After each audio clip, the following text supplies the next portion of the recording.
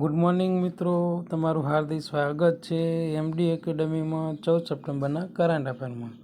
તો ભારતમાં રાષ્ટ્રીય હિન્દી દિવસ ક્યારે ઉજવવામાં આવે છે મિત્રો?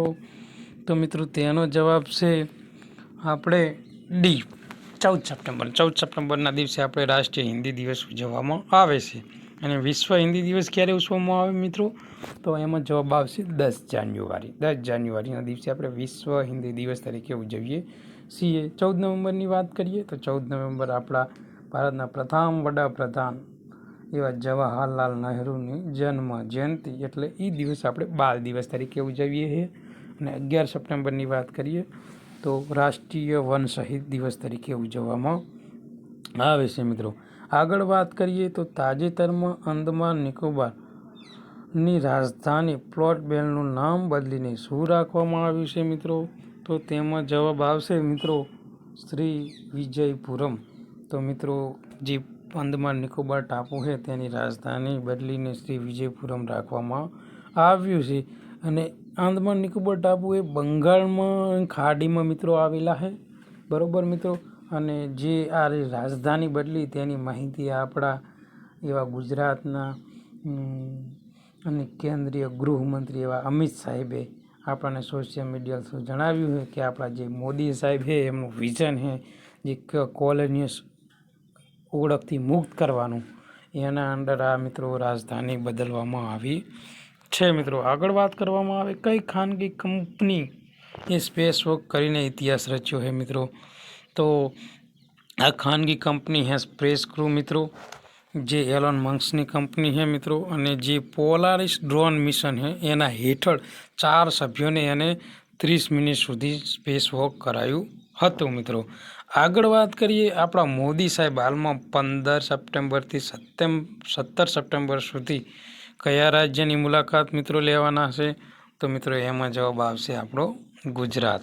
તે ગુજરાત રાજ્યની મુલાકાત લેવાના છે મિત્રો. અને વડાપ્રધાન મોદી આ ત્રીજી વાર જે વડાપ્રધાન બને ને એ પછી આપણા ગુજરાતની પહેલી મુલાકાત છે. અને 400 કરોડના ખર્ચે એરિયાના આઇકોનિક રોડ બનાવવાના છે. આ ઉપરાંત રીઇન્વેસ્ટમેન્ટ 2024 જે વડાપ્રધાન નરેન્દ્ર મોદી ખુલ્લી મૂકવાના છે. અને જે રિન્યુએબલ ઇન્વેસ્ટમેન્ટ સમિટ છે એનું સમાપન આપણા ઉપરાષ્ટ્રપતિ જનપીન તડકેના હાથે કરવાના છે મિત્રો. તો મિત્રો વાત કરવામાં આવે રાજસ્થાનની, તો રાજસ્થાનમાં મિત્રો હાલ રહ્યો ને કેવલાદેવ જે રાષ્ટ્રીય ઉદ્યાન છે ને એ ચર્ચામાં છે. કારણ કે ત્યાં ટીમ કાર્બન જે અભ્યાસ હાથ ધરવામાં આવ્યો છે મિત્રો. અને કેવલાદેવ રાષ્ટ્રીય ઉદ્યાન રહ્યું ને એ આપણે વર્લ્ડ હેરિટેજ સાઇટમાં. મેં તમને કાલ પ્રશ્ન બી પૂછ્યો હતો કે એને વર્લ્ડ હેરિટેજ સાઇટનો દરજ્જો ક્યારે મળ્યો હતો? તો મિત્રો 85 યાદ રાખજો, 1985માં. ગુજરાતમાં જેટલી વર્લ્ડ હેરિટેજ સાઇટ છે 4 મિત્રો. સૌથી પહેલાં ચાંપાનેર, રાણકી વાવ, અમદાવાદ સિટી અને છેલ્લે ધોળાવીરા મિત્રો. આ સૌથી ઇમ્પોર્ટન્ટ કેન્સર છે મિત્રો. તો મિત્રો આગળ વાત કરીએ તો કઈ સાલ સુધીમાં ગ્રીન હાઇડ્રોજન વૈશ્વિક 12%ની માંગ પૂરી કરશે મિત્રો? તો 2050 સુધીમાં, બરાબર. તો ભારતે ગોલ હાસિલ કર્યો છે કે હાઇડ્રોજનની મહત્ત્વની ભૂમિકા રહે નેટ ઝીરો હાસિલ કરવા માટે. અને નેટ ઝીરો રહ્યો ને મિત્રો આપણે 2070 સુધીમાં એ ગોલ હાસિલ કરવાનો છે નેટ ઝીરોનો, બરાબર મિત્રો. અને બીજી વાત કરવામાં આવે તો 19,744 કરોડ રૂપિયાના ખર્ચે ગ્રીન હાઇડ્રોજનમાં ફાળવણી કરવામાં આવી છે. કારણ કે 2050 સુધીમાં 12% જે માંગ પૂરી કરવાની છે ને મિત્રો એ માટે. આગળ વાત કરવામાં આવે કે દુનિયાનો સૌથી શ્રેષ્ઠ દેશોની યાદીમાં ભારતનું સ્થાન કયું છે? મિત્રો ભારતનું સ્થાન છે અહીંયા 30મું. અને પ્રથમ નંબરે સ્વિટ્ઝરલેન્ડ, બરાબર. એની રાજધાની છે બર્ન મિસ્તો, બરાબર મિત્રો. જે આ કોર્પોરેશનની એક્ઝામો હોય છે ને એમાં મારે જીકેમાં આવા પ્રશ્નો બહુ પૂછી દે છે કે કોઈ દેશની રાજધાની પૂછી નાખે, કોઈનું ચલણ પૂછી નાખે, પછી કોઈ મોટી નદી પૂછી નાખે વિશ્વની. એટલે મિત્રો યાદ રાખવું બધું આપણા માટે ઇમ્પોર્ટન્ટ જ છે. જાપાનની રાજધાની છે મિત્રો ટોક્યો. વર્લ્ડ હેપીનેસ રિપોર્ટમાં ઇન્ડિયાનું સ્થાન છે મિત્રો 117મું. અને પહેલા નંબરે ફિનલેન્ડ જેની રાજધાની હેલસિંકી.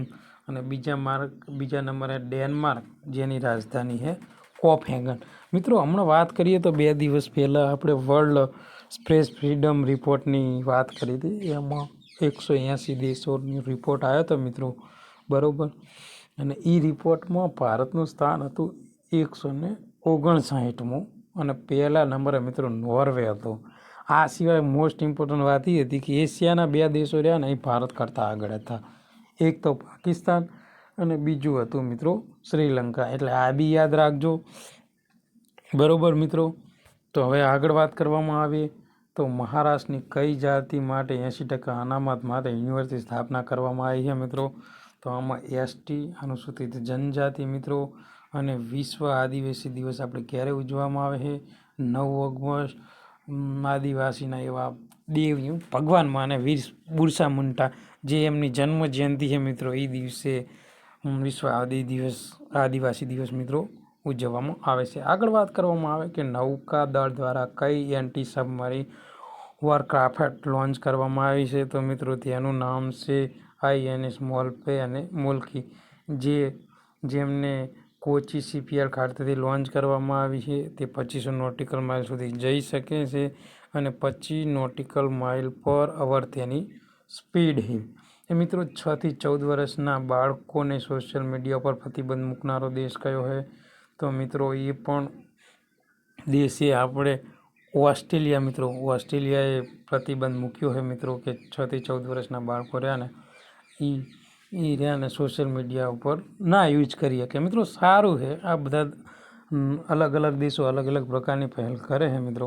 એ સિવાય મિત્રો હમણાં આપણે કરંટમાં ભણાવ્યું હતું કે કયા દેશે કે 2 વર્ષના બાળકો ઉપર પ્રતિબંધ મૂક્યો છે મોબાઈલ યુઝ કરવા ઉપર. તો મિત્રો એમાં સ્વીડન છે અને 3 મિત્રો એમાં સ્વીડન છે.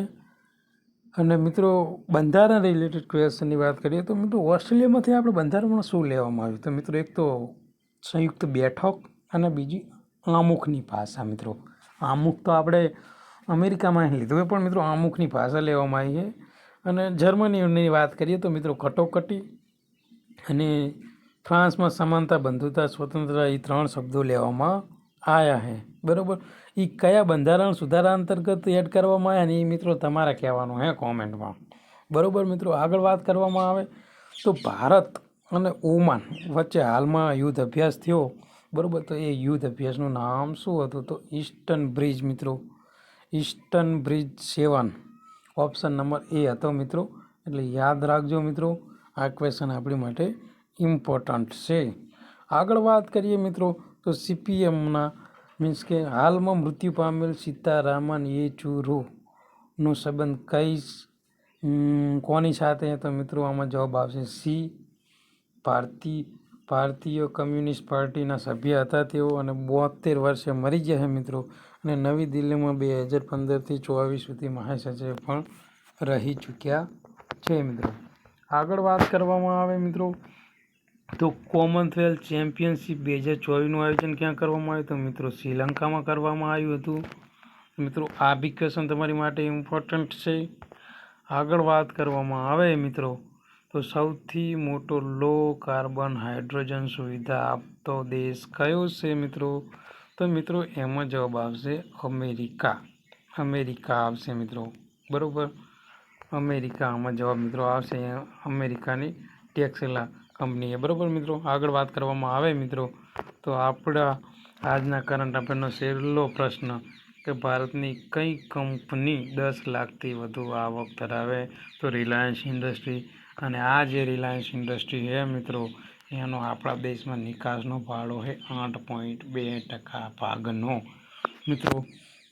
તો આજનું આ કરંટ અફેર આજથી પૂરું થાય છે મિત્રો. અને આજે આપણે આજે આપણે રાષ્ટ્રીય હિન્દી દિવસ ઉપર ડીપમાં વિડીયો બનાવીને મૂકવાના છીએ. તો તમારે જો હોય તો આ 4 સુધીમાં મારી ચેનલ ઉપર મુકાઈ જશે. તો તમને જો આ કરંટ અફેરનો વિડીયો ગમ્યો હોય તો લાઈક કરો, સબસ્ક્રાઈબ કરો અને તમારા બીજા મિત્રો સુધી પહોંચાડો.